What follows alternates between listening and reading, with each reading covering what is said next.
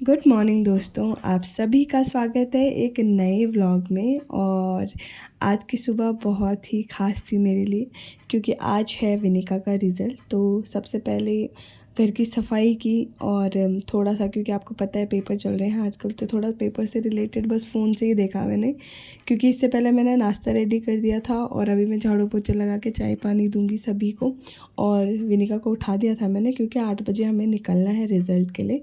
और क्योंकि मेरा पेपर भी है तो उसके बाद देखो वहीं से कॉलेज भी जा सकती हूँ या टाइम लगेगा तो फ़िलहाल घर भी आ सकती हूँ। तो बड़ी मुश्किल से विनिका को मैंने उठाया क्योंकि बच्चों को आजकल आदत पड़ी हुई है घर पे रहने की और वो इजीली खड़े नहीं उठते हैं। बट जैसे तैसे थोड़े मना के उसे खड़े उठा दिया था और फिर विनिका आई मुँह हाथ धुलने और अभी विनिका हो गई है स्कूल के लिए रेडी। रिज़ल्ट वाला दिन पूरे साल का सबसे ख़ास दिन होता है क्योंकि इसी दिन आपके पूरे साल की मेहनत दिखती है दोस्तों। वो डिसिप्लिन जो आपने अपनी स्टडी के लिए बना के रखा, वो कंसिस्टेंसी जो आपने रेगुलर रखी और उसके बाद आपने स्टडी करके पूरा साल बिताया और आज उसका रिज़ल्ट मिल रहा है। ये सिर्फ बच्चों के केस में नहीं, ये हमारे केस में भी है कि कितने टाइम से हम लोग मेहनत करते हैं और फिर इंतज़ार रहता है रिज़ल्ट के दिन का।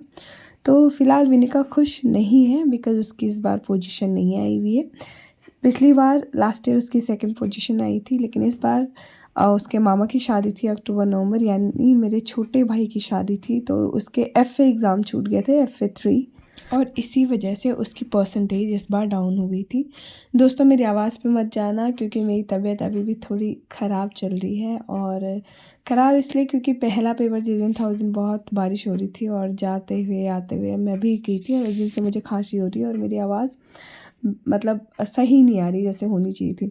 तो अब विनिका का रिज़ल्ट ले लिया था तो विनिका बड़ी जी के साथ आ गई थी घर, क्योंकि वहाँ हमें 10 बज गए थे, क्योंकि ताई जी के घर भी गए थोड़ा सा, वहीं स्कूल के बगल में ही है, क्योंकि हमारी ताई जी लोगों का ही वो स्कूल है। और उस वजह से थोड़ी देर घर पे बैठे रहे और उसके बाद क्योंकि पेपर का टाइम 1 घंटे 1.5 घंटे बाद का था तो मैं आ गई थी बैराज में। मैं घर वापस नहीं गई क्योंकि फिर आने जाने में टाइम लग जाता, और मैंने सोचा कि इतना आने जाने में टाइम लगेगा, इतना अपने नोट्स को रिवाइज़ कर लूँ और फिर सीधे क्यों ना पेपर देने चल जाऊँ। तो फ़िलहाल मैं बैराज में आ गई थी और यहीं पे मैं 1 डेढ़ घंटे बैठी रही, अपने जो नोट्स हैं उनको रिवाइज़ किया थोड़ी देर और उसके बाद मैं निकल गई थी।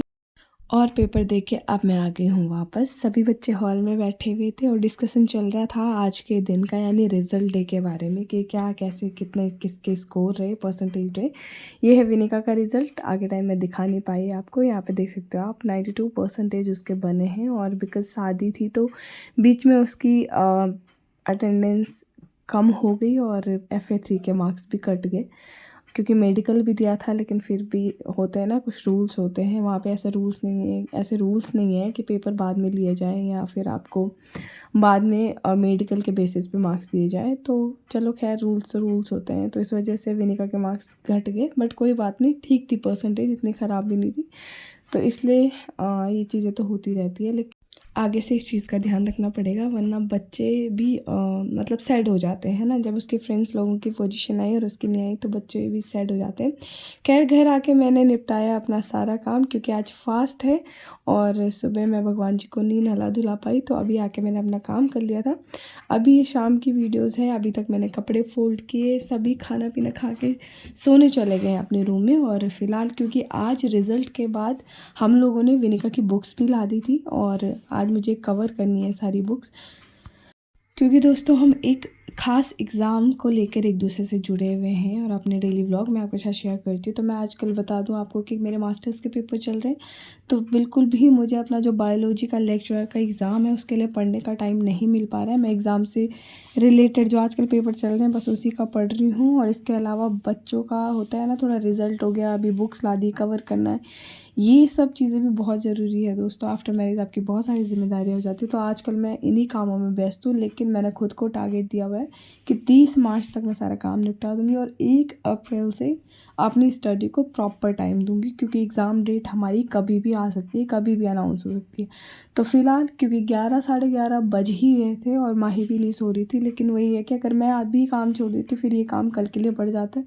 और क्योंकि मेरा काम आजकल बढ़ ही रहा है वैसे भी, क्योंकि पेपर चल रहे हैं और मैं प्रॉपर सही तरीके से सारे काम नहीं कर पा रही हूँ। लेकिन मैं पेंडिंग भी काम नहीं रख सकती, क्योंकि अगर काम छोड़ देते हैं तो कल वो काम भी बढ़ जाता है और कुछ नया काम भी आ पड़ता है। तो इसलिए बेहतर है कि आज का काम आज ही निपटा दिया जाए और फिर रिलैक्स भी रहता है माइंड, और आप नई चीज़ें कर सकते हो, मतलब एक्स्ट्रा काम जो है और पढ़ाई के लिए बेहतर समय निकाल सकते हो। तो फ़िलहाल क्योंकि पेपर चल रहे हैं तो मुझे टाइम पूरा नहीं मिल पाता कि अच्छे से अपनी स्टडी करूं या घर के काम मैनेज करूं। तो अच्छा है कि भले ही रात थोड़ी लेट हो जाए लेकिन जो काम है वो निपट जाए। तो बीच में मैंने चाय बना ली थी थोड़ी देर और जगने के लिए, और फिर उसके बाद पूरे नोटबुक बुक्स पे मैंने कवर लगाए, और फिर साथ में बीच में ही मैंने माही को भी सुला दिया था क्योंकि बहुत लेट हो गई थी। तो बाय बाय दोस्तों, मिलते हैं कल एक नए ब्लॉग में।